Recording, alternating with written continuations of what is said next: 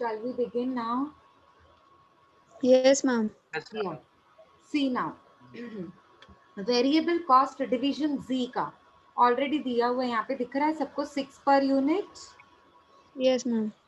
तो हम क्या करेंगे, ध्यान से देखो, हम क्या करेंगे, यहाँ पे ब्रैकेट में लिख देंगे ₹6 पर यूनिट ब्रैकेट क्लोज, ये ब्रैकेट में लिख देंगे। ठीक है, ये ब्रैकेट में क्यों लिखा, क्योंकि 6 पर यूनिट तो सबके लिए सेम है ना। तो आप किससे मल्टीप्लाई करोगे 6 पर यूनिट को, जो मुझे अमाउंट मिलेगा किससे मल्टीप्लाई करोगे? Number of units से। Very good. तो पहला नंबर ऑफ यूनिट्स क्या था 2000, 2000 इंटू 6 कितना हो जाएगा? 12,000। 12,000। नेक्स्ट इसी 6 पर यूनिट को 3000 से मल्टीप्लाई करेंगे हम।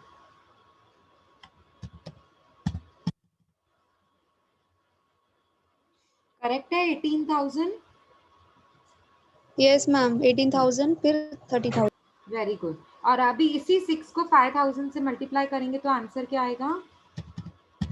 30,000। ठीक है, अब सेल्स में से वेरिएबल कॉस्ट माइनस करो तो कंट्रीब्यूशन मिल जाएगा।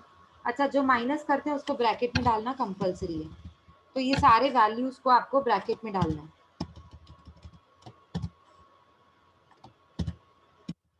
मैम ब्रैकेट में क्यों डाले? क्योंकि माइनस करना है, सेल्स में से वेरिएबल कॉस्ट को माइनस करना है, जिसको माइनस करते हैं ना उसको ब्रैकेट में डालते हैं।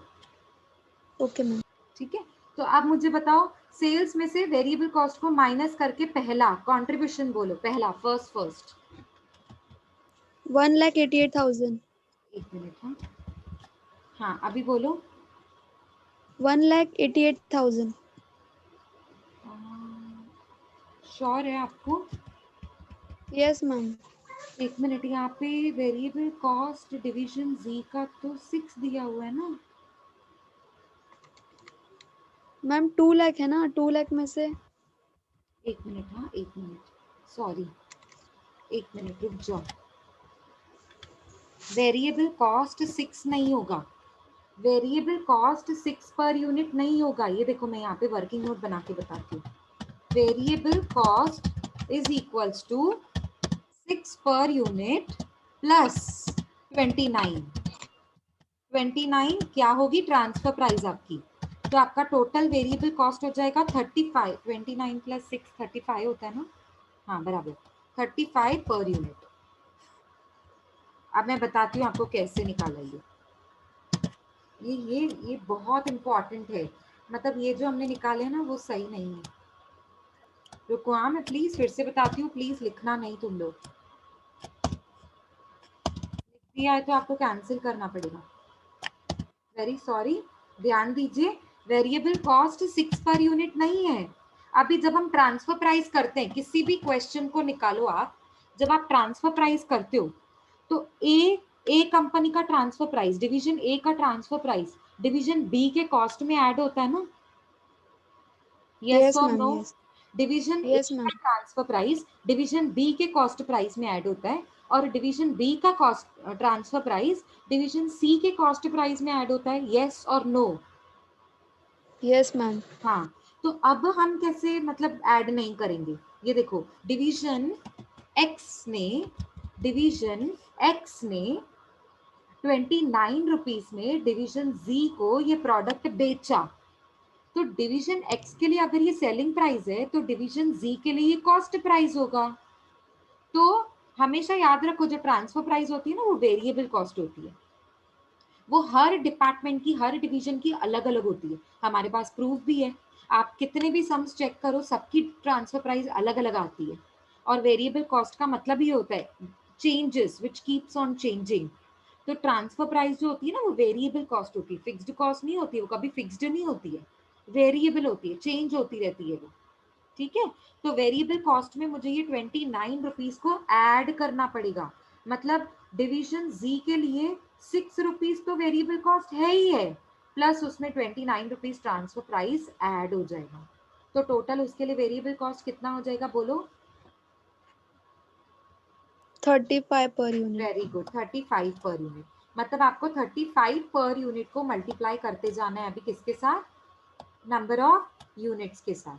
यूनिट तो के साथ 35 इंटू 2000, तो आपका वेरिएबल कॉस्ट 70 कितना हो जाएगा, 70,000। 70,000। Very good. प्लीज ये मिस्टेक नोट डाउन करो, सॉरी मेरे से ही मिस्टेक हुआ, पर ध्यान दीजिए जब भी हम ट्रांसफर प्राइस को एक एक डिवीजन एक्स का ट्रांसफर प्राइस है तो डिवीजन जी के लिए वो कॉस्ट प्राइस हो जाएगा, तो वेरिएबल कॉस्ट में ऐड हो जाएगा वो ही ट्रांसफर प्राइस 29 रुपीज। तो 29 प्लस 6 35, तो इसी 35 को हम नंबर ऑफ यूनिट से मल्टीप्लाई करते जाएंगे। अब 35 इंटू 3000 करो, मैम 1,05,000। 1,05,000। Very good. अच्छा अब 35 इंटू 5,000 करिए, ब्रैकेट में, हाँ सारे 1 अमाउंट्स को ब्रैकेट में। हाँ मैम 1,70,000। 1,70,000, 75,000।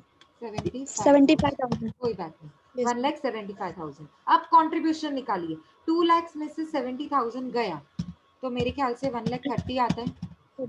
Yes ma'am. हाँ, अब 2,25,000 में से 1,05,000 गया तो कितना बचता है, 1,20,000, है ना। Yes ma'am 1,20,000। अच्छा दूसरा, 3 लाख में से 175 गया,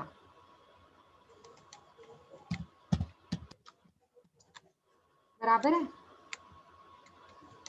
1,25,000। हाँ हाँ यस मैम। ठीक है चलो बढ़िया। 1,25,000 थर्ड का आंसर कंट्रीब्यूशन का आया। अभी फिक्स्ड कॉस्ट, अब आप बोलोगे फिक्स्ड कॉस्ट तो दिया हुआ है, यस करेक्ट। ये देखो क्वेश्चन में देखो, फिक्स्ड कॉस्ट डिवीजन जी 1 लाख, और फिक्स्ड कॉस्ट कुछ भी हो, कितनी भी प्रोडक्शन होने दो, कम होने दो, ज्यादा होने दो, फिक्स्ड कॉस्ट हमेशा फिक्स्ड रहती है। 1 लाख मतलब सब में 1 लाख, ठीक है, यहाँ पे भी 1 लाख रहेगा, यहाँ पे भी 1 लाख रहेगा। अभी बताओ कंट्रीब्यूशन में से फिक्स्ड कॉस्ट को माइनस करेंगे तो मिल जाएगा प्रॉफिट, हो गया। मतलब फॉर्मेट वही है आपका, sales minus variable cost, contribution minus fix cost, तो आपको मिल जाएगा प्रॉफिट। तो पहला प्रॉफिट कितना है बोलो, 30,000। दूसरा प्रॉफिट कितना है, 20,000। और लास्ट प्रॉफिट कितना है, 25,000। हो गया ये।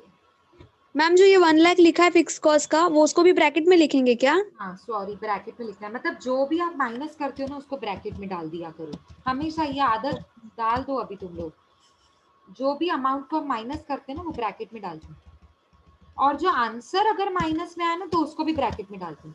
समझो कोई प्रॉफिट का आंसर माइनस में आया तो उसको ब्रैकेट में डाल दो, जैसे हमने डिवीजन एक्स में किया ना वैसा। क्लियर है सबको, ये हमने निकाला है डिवीजन जी का प्रॉफिट, उसके पहले हमने निकाला डिवीजन एक्स का प्रॉफिट, और उसने 1A में, सॉरी उसने 1A में वही पूछा था, दोनों के डिविजन्स के मुझे प्रॉफिट निकाल कर दीजिए। अच्छा 1A तो हो गया, अब 1B में क्या पूछा है, ओवरऑल कंपनी का प्रॉफिट। अब ये मैं बनाऊंगी नहीं, ये मैं स्क्रीन पे दिखाती हूँ आपको, ये देखो ओवरऑल कंपनी का प्रॉफिट मतलब दोनों के प्रॉफिट को प्लस कर दो। समझो अभी दो डिवीजन है, दोनों डिवीजन के प्रॉफिट को अगर मैंने प्लस कर दिया, जोड़ दिया, तो टोटल प्रॉफिट पूरी कंपनी का प्रॉफिट मिल जाएगा ना मुझे हाथ में। ये देखो, हाँ ये देखो तीन तीन यूनिट्स है ना, सेल यूनिट्स को तीन पार्ट्स में डिवाइड कर दिया, 2000, 3000, 5000। तो डिवीजन एक्स का 3 प्रॉफिट्स, डिवीजन जी का 3 प्रॉफिट्स, तीनों को प्लस कर दो तो मिल जाएगा आपको टोटल प्रॉफिट। फर्क क्या है इधर, एक मिनट, हाँ मैं थोड़ा जूम कर रही हूँ so that you can see clearly. अच्छा अब डिवीजन एक्स के 2 प्रॉफिट्स है ना वो माइनस में थे, थोड़ा ध्यान से, हाँ 2 प्रॉफिट्स माइनस में थे और एक प्रॉफिट प्लस में था, और यहाँ पे डिवीजन जी में तीनों प्रॉफिट्स प्लस में थी। तो जब आप 32 को 30 में प्लस करोगे ना तो ये -32 है, -32 plus 30, minus plus becomes minus, तो आपको करना माइनस है और बड़े नंबर की साइन देनी है, तो 32 यहाँ पे बड़ा नंबर है। करो मैं बता रही हूँ, 1B, चलो हो गया, सम खत्म होने पे आए हैं, जल्दी करो। 1B profitable, overall profitability of the company, बस मुझे प्रॉफिट्स ही तो मेन निकालने थे, और क्या है इस समय, कुछ भी नहीं है। ओवरऑल प्रॉफिटेबिलिटी ऑफ कंपनी, अब कॉलम्स बनाओ 4, पहले कॉलम्स यूनिट्स, पहला कॉलम यूनिट्स, दूसरा column division X, third column division G और लास्ट कॉलम टोटल। टोटल या ओवरऑल प्रॉफिट बोलो, बात एक ही है। Are you guys making the table? Yes ma'am. या अच्छा, सेल्स सॉरी यूनिट्स, पहले पहला कॉलम यूनिट्स का है, तो यूनिट्स कितने हैं? 2000, 3000, 5000, टोटल 3 यूनिट्स हैं। 3 बैचेस में डिवाइड कर दिया यूनिट्स को। अच्छा, अब प्रॉफिट ऑफ एक्स आपने कैलकुलेट किया हुआ ऑलरेडी, नोटबुक में अपनी देखो। पहला पहला प्रॉफिट कितना था? -32,000 वेरी गुड, तो लिखो, -13। वेरी गुड, लिखो -32 मतलब ब्रैकेट 32, -13 मतलब ब्रैकेट 13 एंड 25,000। ऐसे ही डिवीजन जी का अभी अभी हमने प्रॉफिट्स कैलकुलेट किया, 30,000, 20,000, 25,000। अब क्या करना है? Column number 2 plus column number 3 दोनों को प्लस करते जाना है, पर ये ध्यान देना है कि अगर ब्रैकेट है तो मतलब माइनस है, तो in short plus minus minus होता है। ये स्कूल मेथड्स हैं, स्कूल में सीखे थे। अभी देखो, -32 + 30, तो करना क्या है? Plus minus becomes minus minus, मतलब करना माइनस है, तो 32 - 30, तो कितना आंसर आएगा? 2000। 2000 आंसर -2। 2000 आएगा, लेकिन बड़े नंबर की साइन, ग्रेटर नंबर का साइन देने का वो सीखा है हमने स्कूल में। स्कूल मेथड्स हैं ये, अब तो तुम लोग ग्रेजुएट करने होने वाले हो, ठीक है? तो यस 32 को, 32 is a greater number, greater number की साइन कौन सी है? माइनस, तो 2000 को भी माइनस का साइन देना पड़ेगा, मतलब माइनस नहीं देकर अभी से ब्रैकेट देने का। अकाउंट्स में ब्रैकेट देते हैं, माइनस की साइन नहीं देते हैं, ठीक है? चलो आगे देखो, नेक्स्ट सेकेंड, -13 + 20, तो करना क्या है? मैम प्लस, प्लस करेंगे। ना ना, -13 minus + 20, plus minus becomes minus minus, तो 20 - 13, यस 20 मैम। - 13, तो आंसर आएगा 7000। इधर प्रिंटिंग मिस्टेक है ना बच्चा, उसने 43 लिखा है ना 13 को। यस आप यस। इधर सॉल्यूशन को मत देखो, आंसर देखो। आप सॉरी, आप अपना आंसर देखो। 7000, मुझे बताओ बड़े नंबर की साइन कौन सी आएगी? 20 प्लस। की। यस, तो 7000 ही लिखो और कुछ मत लिखो। नेक्स्ट, 25,000 प्रॉफिट एक्स का, 25,000 प्रॉफिट जी का, तो मुझे बताओ टोटल प्रॉफिट कितना हुआ? 25 + 25 50,000। हो गया, मतलब 1A भी हो गया, 1B भी हो गया। 1A में इसने बोला था दोनों के प्रॉफिट्स कैलकुलेट करो, 1B ने बोला ओवरऑल कैलकुलेट करो, ठीक है?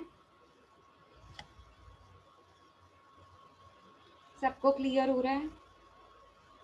Yes ma'am. ओके,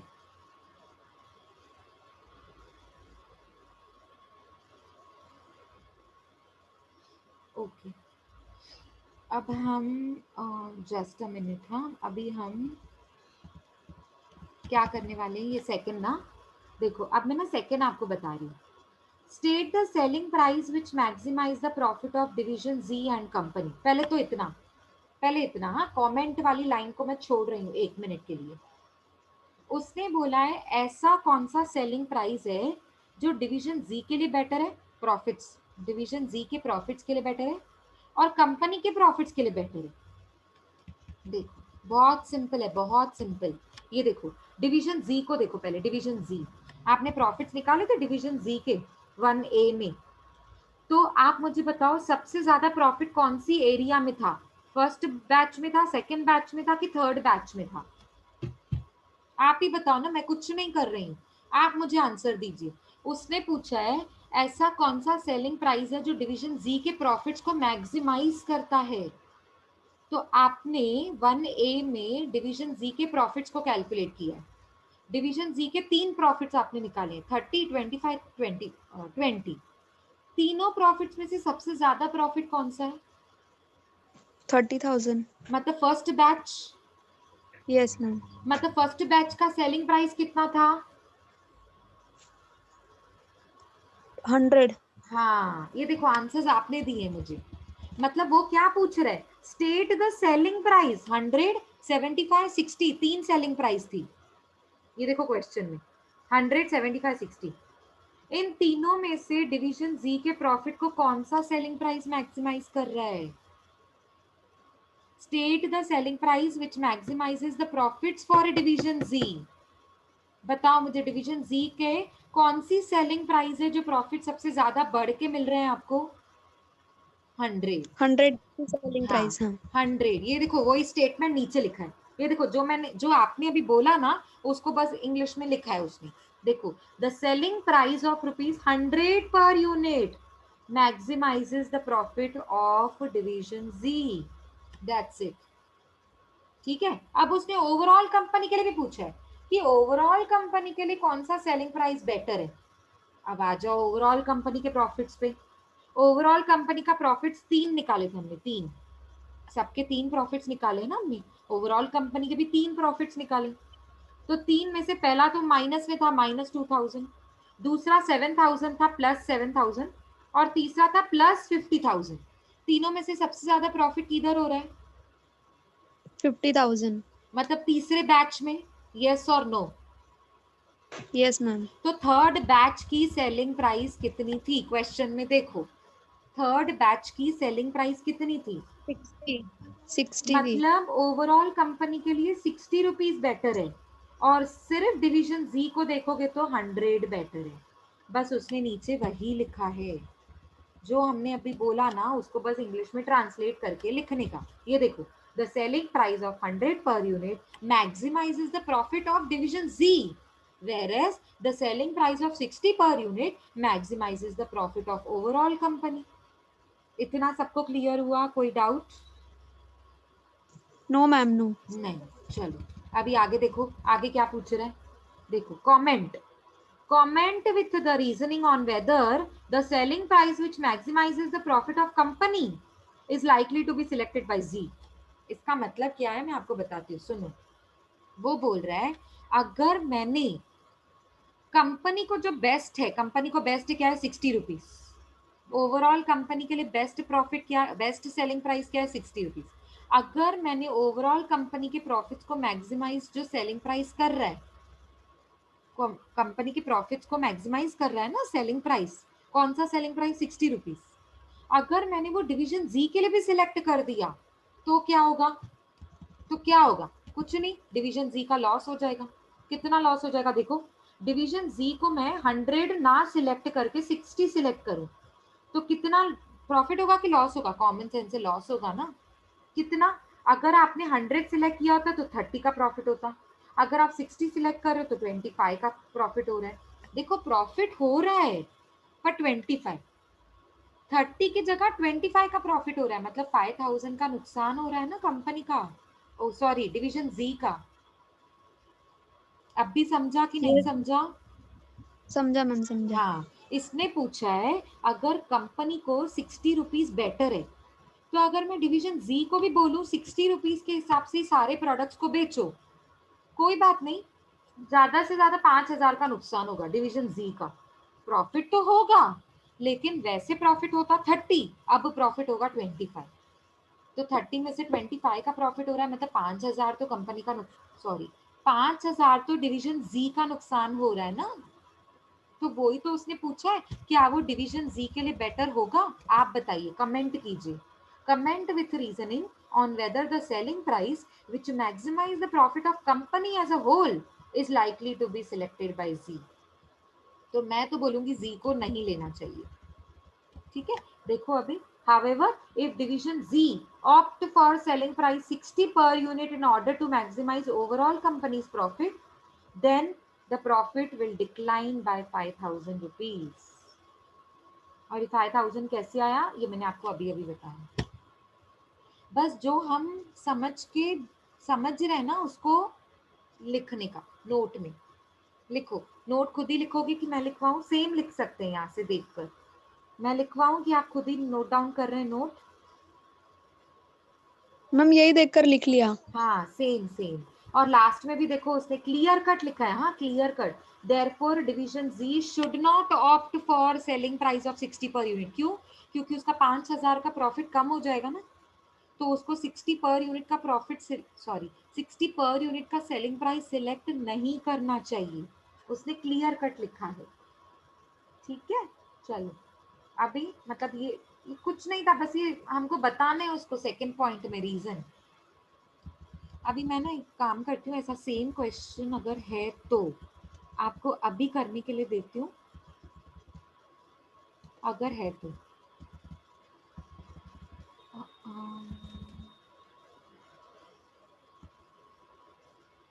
हाँ ये रहा, देखो सेम है, एग्जैक्टली सेम है. हाँ ये वाला 7th क्वेश्चन दिख रहा है आपको? 7th, आई मीन वर्ड्स भी सेम है, सिर्फ फिगर्स अलग अलग है. दिख रहा है आपको? Yes ma'am. हाँ ये अभी हम करेंगे. हाँ फिर चैप्टर फिनिश कर देते हैं. 5th सम नहीं भी करेंगे ना तो चलेगा, मतलब वो इतना इम्पोर्टेंट नहीं है. अभी एक सम के लिए मैं आपको पूरा लेक्चर नहीं बिठा सकती हूँ ना. 5th सम में सिर्फ देख लूँ, अगर इम्पोर्टेंट नहीं है तो अपन मतलब छोड़ देंगे.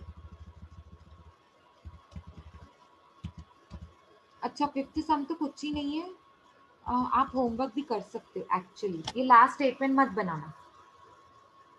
वो प्रॉफिट निकाला है. प्रॉफिट कैसे निकालते हैं? Sales minus variable cost, contribution minus fix cost, profit. That's it. ये आप नहीं भी करोगे तो चलेगा. 5th क्वेश्चन आप होमवर्क में कर लेना. हाँ 5th क्वेश्चन होमवर्क. ठीक है, चलो अभी ये वाला सम आप मुझे करके बताएंगे, अपने आप खुद से करके बताएंगे. प्लीज आप एक दूसरे से डिस्कस नहीं करने वाली हो. देखो मैं रीड करके टाइम दे रही हूँ आपको. Suresh limited has 2 divisions. Division A manufactures an intermediate product for which no external market exists. उनके लिए एक्सटर्नल मार्केट नहीं है. Division B incorporates the division intermediate product into final product in the ratio of 1:1 and sells it in the market. देखो lines भी बिल्कुल same है. Estimate number of units of division B can sell at various prices. ये division B का selling price है. हाँ 3 number of units को 2000, 3000 and 6000. Selling price कितनी है? ये 90, 80 एंड 90, 80, 50 है ना. ये कितना है? ये 50 लग रहा है मुझे तो.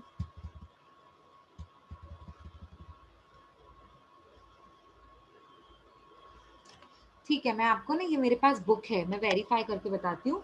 90, 80, 50 ये सेलिंग प्राइस दी हुई है. उसके बाद वेरिएबल कॉस्ट पर यूनिट दिया हुआ है डिवीजन ए का और डिवीजन बी का. फिक्स्ड कॉस्ट भी दोनों का दिया हुआ है. नीचे देखो transfer price of division B for intermediate product is 35 per unit.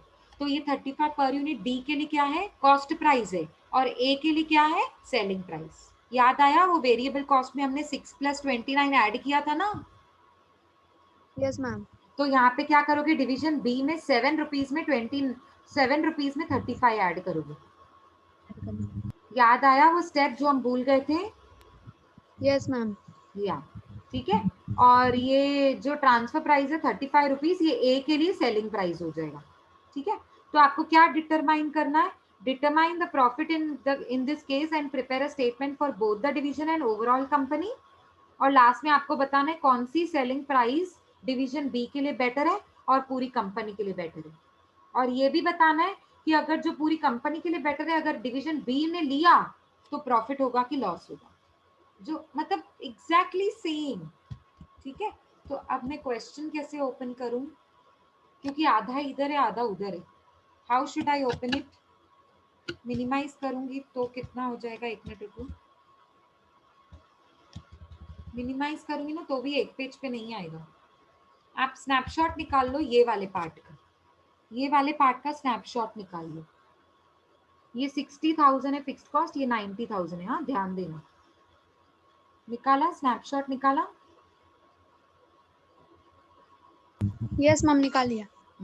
अभी यहाँ आप इस क्वेश्चन को देखिए. ठीक है, बाकी का क्वेश्चन आपके पास है. चलो स्टार्ट करो. खुद करेंगे कि मैं करवाऊं? मैम कर रहे हैं. कर रहे हैं ना, ठीक है. मैं वेरीफाई करके बताती हूँ. ये सेलिंग प्राइस 90, 80 और 50 है कि 60 है, अभी बताती हूँ 2 मिनट में. आप जब तक सम स्टार्ट करो. Yeah, am I audible, guys? Yes, ma'am. So the selling prices are 90, 80, 50, 50, huh?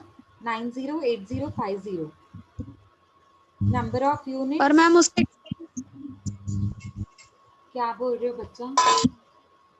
Ma'am जो इसका एक्सपेक्टेड सेल्स है ना 2000 3000 5000 है कि 6000 है वो 6,000 है. 2,000, 3,000, 6,000. ओके मैम हाँ, सेलिंग प्राइस है 90, 80, 50, 50, 50.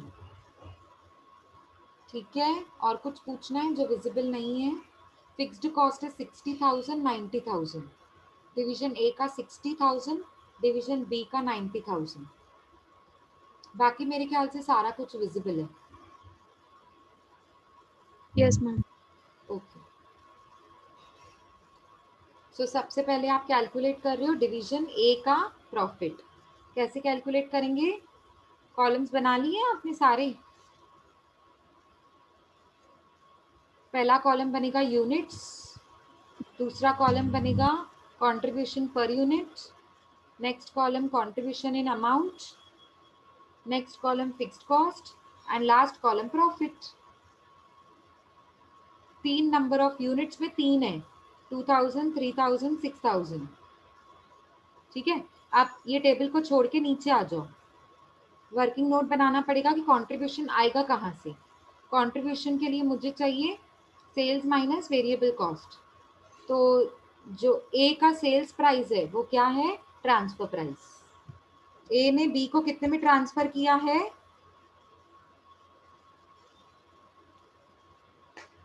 35 में very good. So 35 is the selling price A के लिए. और वेरिएबल कॉस्ट क्या है ए की? टेबल में बना हुआ है 11. सो 35 माइनस 11. तो मुझे बताओ कंट्रीब्यूशन पर यूनिट कितना आया? 24 वेरी गुड. यही 24 को ऊपर लेकर जाओ. 2000 का भी 24 है, 3000 का भी 24 है, 6000 का भी 24 है.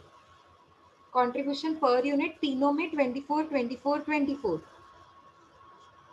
अब 24 को नंबर ऑफ यूनिट से मल्टीप्लाई करते जाओ तो आपको मिल जाएगा कंट्रीब्यूशन का amount.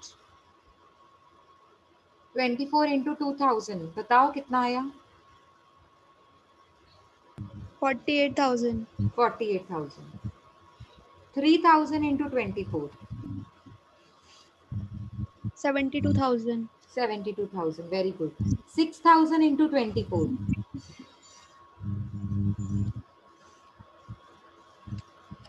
Ma'am tell me 6,000 into 24 is how much? 1,44,000 1,44,000. Very good. आप कंट्रीब्यूशन मिल गया आपको? फिक्स्ड कॉस्ट आपको ऑलरेडी मिला हुआ है. ये देखो fixed cost per annum division A का 60,000. It is not 6 lakhs. Please देखो 4 जीरोज है मतलब 60,000. तो 60,000 तीनों में सेम 60, 60, 60 ब्रैकेट में डालते जाओ. मतलब आपको कंट्रीब्यूशन में से फिक्स्ड कॉस्ट माइनस करके मिल जाएगा प्रॉफिट. तो पहला 48,000 माइनस 60,000. आंसर बोलो. -12,000 -12. Very good. मतलब ब्रैकेट 12.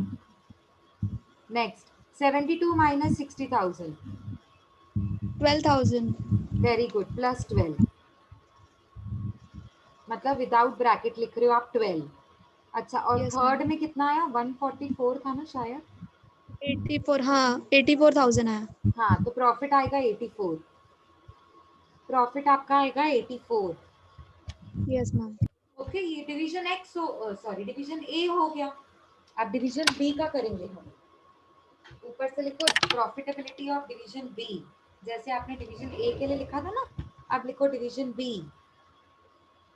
सिंपल है बहुत. वैसे ही कॉलम्स बनाने हैं. एक दो कॉलम सिर्फ बढ़ जाएंगे हमारे. पहला कॉलम बनाएंगे नंबर ऑफ यूनिट्स, उसके नीचे 2000, 3000, 6000. नंबर ऑफ यूनिट्स के बाद बनाओगे सेलिंग प्राइस पर यूनिट. क्यों? क्योंकि इसके लिए तीनों सेलिंग प्राइस अलग अलग है ना. डिवीजन बी में 2000 को बेचा है 90 रुपीज में, 3000 को बेचा है 80 रुपीज में और 6000 को बेचा है 50 रुपीज में. तो इसके लिए मुझे एक और कॉलम बनाना पड़ेगा सेलिंग प्राइस पर यूनिट का, क्योंकि सेम नहीं है ना इसके लिए सेलिंग प्राइस पर यूनिट। तो आपको नेक्स्ट कॉलम, थर्ड कॉलम मिलेगा सेल्स वैल्यू। ये ना आप इधर से देख सकते हो, ये मैंने कॉलम्स बनाए हुए हैं, सेल्स वैल्यू। फिर आपको नेक्स्ट कॉलम बन के आई मीन आपको नेक्स्ट कॉलम बनाना है less variable cost, less variable cost. Next column आपको मिलेगा कंट्रीब्यूशन, उसमें से नेक्स्ट कॉलम बनाएंगे लेस फिक्स्ड कॉस्ट, कंट्रीब्यूशन में से माइनस करेंगे फिक्स्ड कॉस्ट, तो लास्ट कॉलम मिलेगा आपको प्रॉफिट। वो खुद ही मिलेगा, माइनस करके मिल जाएगा आपको प्रॉफिट। बनाए सारे कॉलम्स बना लिए सबने? यस मैम बना रही हूँ, बना रही हूँ। ओके बनाओ बनाओ, जल्दी करो, fast, quick quick, come on. आप लाइंस बाद में ड्रॉ करो ना, पहले हेडिंग लिख दो ना सिर्फ। चलो 2000, यस 3000, 6000 लिखा, नंबर ऑफ यूनिट्स लिखे सबने। Yes ma'am. Selling price per unit 90, 80, 50, 90, 80, 50। अब फर्स्ट कॉलम और सेकंड कॉलम को मल्टीप्लाई करो, मतलब इन दोनों कॉलम्स को मल्टीप्लाई करो, तो आपको सेल्स वैल्यू मिलेगा। ठीक है, करो और मुझे फर्स्ट कॉलम बताओ कितना आया सेल्स वैल्यू। 2000 इंटू 90, 1,80,000। चलो मैं इस यहाँ पे लिखती हूँ 1,80,000। ठीक है, ये हो गया आपका 1,80,000। ठीक है, नेक्स्ट 3000 इंटू 80, 3000 इंटू 80, तो आंसर कितना हो जाएगा? 2,40,000। 2,40,000। ठीक है, नेक्स्ट नेक्स्ट है आपका 6000 इंटू 50, 50, 6000 इंटू 50 कितना हो जाएगा? 3 lakhs। अच्छा, तो अभी आप मुझे वेरिएबल कॉस्ट बताओ। वेरिएबल कॉस्ट हमारी डिवीजन बी की, मतलब डिवीजन बी की कितनी थी वेरिएबल कॉस्ट? 7। तो क्या सिर्फ 7 ही लिखेंगे हम? नहीं, क्या मैं ऐड ऐड करेंगे? कर देंगे ट्रांसफर 24 प्राइस। को। Very good. तो यहाँ पे हमारी वेरिएबल कॉस्ट 7 है और उसमें हम 35 का ट्रांसफर प्राइस ऐड करेंगे, तो टोटल कितना हो जाएगा? 31। 31। Very good. So this is 41 ना? मैम 31, 24 प्लस 7 ना। 24 थोड़ी है बच्चा, ट्रांसफर प्राइस तो हमारा 35 था ना, ये देखो। मैम अच्छा 35 में ऐड करना है। हाँ, ट्रांसफर अच्छा प्राइस में अच्छा। ऐड करना है ना। हमने पहले वाले सम में भी तो ऐसे ही किया था, पहले ट्रांसफर प्राइस कितनी थी? 29, उसमें हमने 6 रुपीज ऐड किया था। तो अब मेरी ट्रांसफर प्राइस कितनी है? 35, उसको 7 रुपीज में ऐड करना है। हाँ मैम 42। तो कितना हो जाएगा? 42 हो जाएगा ना, हाँ sorry, 42 rupees per unit.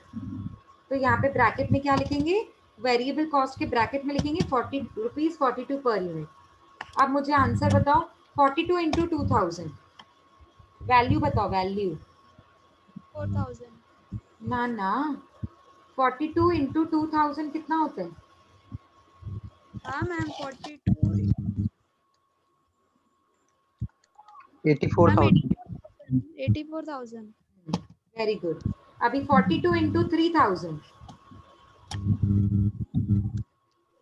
1,26,000। 1,26,000। Very good. Next 42 into 6000, 2,52,000। 2,52,000। Next, अभी कंट्रीब्यूशन कैसे निकालेंगे? Sales minus variable cost. तो बताओ मुझे पहला कंट्रीब्यूशन कितना आया? 1,80,000 minus 96,000। 84, 96,000। 96। Very good. Next 2,40,000 minus 1,26,000, 1,14,000। 1,14,000। 14 की 40? 14 मैम 14, 14। 14, 14। ठीक है। अभी 3 lakhs माइनस 2,52,000, 48,000। 48। 48,000। Very good. अब जैसे ही कंट्रीब्यूशन मिल गया, फिक्स्ड कॉस्ट तो बहुत इजी है, मिला हुआ है। बोलो डिवीजन बी का फिक्स्ड कॉस्ट कितना है? 90,000। तीनों के लिए 90 रहेगा, वो सबके लिए 90। ठीक है, तो 90 90 आप सब में लिखोगे, तीनों में लिखो 90 90 90। ठीक है, अब कंट्रीब्यूशन में से फिक्स्ड कॉस्ट को माइनस करेंगे। बोलो पहला कंट्रीब्यूशन 96 माइनस 90 कितना आएगा? 6,000. Very good. Next contribution for 1,14,000 minus 90,000 fixed cost 24,000. 24,000। Next 48,000 minus 90,000 42,000. Minus 42,000. Okay हाँ बराबर, यहाँ पे माइनस 42 आएगा। मतलब थर्ड केस में डिवीजन बी का नुकसान हो रहा है। थर्ड केस में जब वो 6,000 यूनिट्स को 50 रुपए में बेच रहा ना, तब नुकसान हो रहा है उसका। ठीक है, चलो अभी ओवरऑल कंपनी का प्रॉफिट निकालेंगे हम। ओवरऑल कंपनी, तो ओवरऑल कंपनी का प्रॉफिट कैसे निकालेंगे? 4 कॉलम्स बनाएंगे। बनाओ, पहला कॉलम यूनिट्स, ऊपर से लिखो profitability of overall company. Profitability of overall company,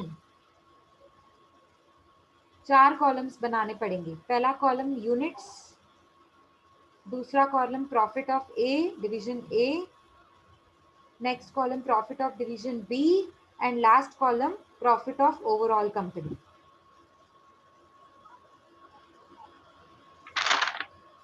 दोनों के प्रॉफिट्स को प्लस करके मुझे फाइनल ओवरऑल कंपनी के प्रॉफिट्स आप खुद बताने वाले हो। So come on quickly. 3 number of units है, 2,000, 3,000 एंड 6,000। दोनों के प्रॉफिट्स को मैम कॉलम्स में 2,000 का लेकर आइए। माइनस बोलो 2,000 का माइनस 6,000. एक मिनट, मुझे आपका समझ नहीं रहा है। मीटिंग फिर से ज्वाइन करो, लेस देन 1 मिनट दिखा रहा है मुझे। हम फिर आपके डाउट पे बात करते हैं, ठीक है?